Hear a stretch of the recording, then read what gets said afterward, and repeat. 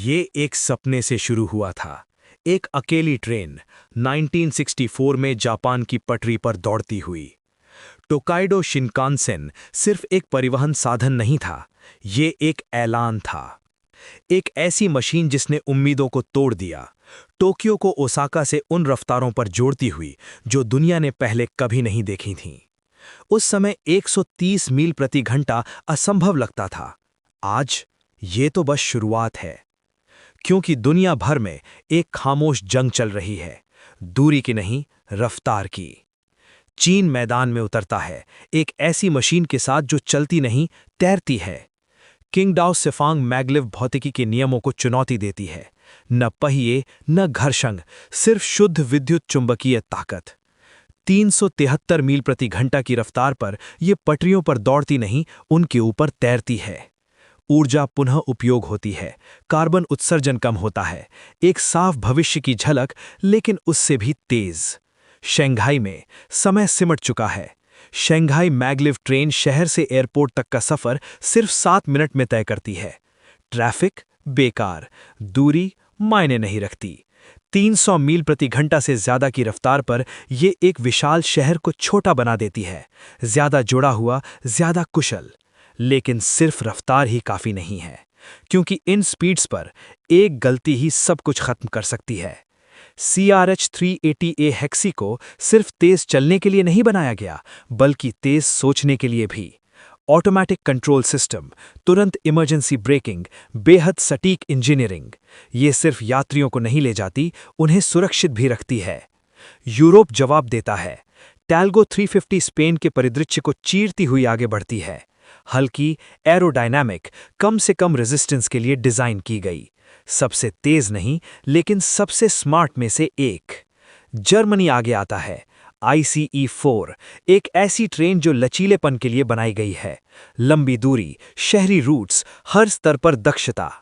क्योंकि इस दौड़ में जिसने कभी दुनिया की सबसे तेज ट्रेन का रिकॉर्ड बनाया था, एक प्रतीक यूरोप के प्रभुत्व का, एक याद दिलाने वाला सच, रिकॉर्ड टूटने के लिए ही बनते हैं। दक्षिण कोरिया आगे बढ़ता है। KTX के साथ शहर करीब आते हैं, अर्थव्यवस्थाएं तेज होती हैं, समय छोटा हो जाता है। जापान परफेक्शन को निखारता है। E5 शिंकानसेन के साथ स्लीक, शांत, सटीक, सिर्फ स्पीड के लिए नहीं, संतुलन के लिए बनाया गया। इटली जवाब देता है फ्रेच्चारोसा 1000 से, जहां लग्जरी और रफ्तार का मेल होता है। और चीन पेश करता है CR400AF फुक्शिंग से, तकनीकी महत्वाकांक्षा का प्रतीक, तेज, स्मार्ट, लगातार आगे बढ़ता हुआ। इसी बीच सीमेंस विलारो कई देशों में फैलता है, सीमाओं को जोड़ते हुए, यात्रा को फिर से परिभाषित करते हुए। दक्षिण कोरिया प्रयोग करता है HEMU 430X के साथ, तेज मोड़ों पर झुकते हुए, सीमाओं को तोड़ते हुए। इटली का एक और कदम AGV पारंपरिक इंजन को पूरी तरह हटा देता है। पावर हर कोच में, अधिकतम दक्षता, एक अलग तरीका, उसी जुनून के लिए। और फिर जापान, फिर से L0 सीरीज मैग्लेव, अब तक की सबसे तेज ट्रेन, 375 मील प्रति घंटा। ये सिर्फ यात्रा नहीं करती, ये उससे आगे निकल जाती है। चुंबकीय क्षेत्रों पर तैरते हुए, सुरंगों के अंदर ग्लाइड करते हुए, घंटों को मिनटों में बदलते हुए। टोक्यो से नागोया सिर्फ 40 मिनट, टोक्यो से ओसाका बस थोड़ा सा 1 घंटा। एक भविष्य जो कभी कल्पना था, अब निर्माणाधीन है। लेकिन ये सिर्फ ट्रेनों की बात नहीं है, ये समय की बात है। क्योंकि हर बचाया गया सेकंड एक तेज हुई जिंदगी है, एक बढ़ता हुआ व्यवसाय, एक नई कनेक्शन। असली सवाल ये है कि कितनी रफ्तार बहुत ज्यादा है, और जब दुनिया मिनटों में जुड़ जाएगी तो आगे क्या होगा। ये दौड़ खत्म नहीं हुई है, असल में ये तो अभी शुरू हुई है। गति हमेशा से मानव प्रगति को परिभाषित करती रही है। घोड़ों से भाप इंजन तक और जेट विमानों तक, हर पीढ़ी ने और आगे बढ़ने की कोशिश की, और तेज। लेकिन 1964 में सब कुछ हमेशा के लिए बदल गया। टोकाइडो शिनकानसेन ने सिर्फ लोगों को नहीं पहुंचाया, उसने समय को ही बदल दिया। टोक्यो से ओसाका, एक दिन के बजाय कुछ घंटों में। जो दूर लगता था वो अचानक करीब हो गया, और उसी पल से एक दौड़ शुरू हुई। कोई हेडलाइंस नहीं, कोई धमाके नहीं, लेकिन पर्दे के पीछे देश प्रतिस्पर्धा करने लगे, खामोशी से, बेरहमी से। हथियारों के लिए नहीं, बल्कि गति की ताकत के लिए। क्योंकि जो तेज परिवहन को नियंत्रित करता है, वो अर्थव्यवस्थाओं को नियंत्रित करता है, शहरों को नियंत्रित करता है, भविष्य को नियंत्रित करता है। चीन आगे आता है, विकास के साथ नहीं, क्रांति के साथ। चिंगडाओ सिफांग मैग्लेव पटरियों को छूता ही नहीं, वो तैरता है। चुंबकीय बल हजारों टन वजन को हवा में उठा देते हैं, घर्षण को खत्म करते हुए, और खोल देते हैं वो रफ्तार जो कभी असंभव लगती थी। 600 किलोमीटर प्रति घंटा से भी ज्यादा की गति पर यह सिर्फ एक ट्रेन नहीं है, ये भविष्य की झलक है। दुनिया के सबसे व्यस्त शहरों में से एक में हर दिन कुछ असाधारण होता है। शंघाई मैग्लेव ट्रेन लंबे और थकाऊ सफर को सिर्फ 7 मिनट के अनुभव में बदल देती है। यात्री सड़क नहीं देखते, वो स्पीड डिस्प्ले को ऊपर चढ़ते देखते हैं। 300, 350, 430 किलोमीटर प्रति घंटा। कुछ ही सेकंड्स में बाहर की दुनिया पहचान में नहीं आती, बस रंगों की एक लकीर बन जाती है। एक याद दिलाती हुई बात कि समय को भी जीता जा सकता है। लेकिन एक समस्या है, जितना तेज आप जाते हैं उतना ही खतरनाक सब कुछ हो जाता है। इन रफ्तारों पर हवा रुकावट बन जाती है, शोर झटकों में बदल जाता है, और जरा सी गलती भी विनाशकारी बन सकती है। इसीलिए CRH 380A जैसी ट्रेनें चलती हुई किले की तरह बनाई जाती हैं।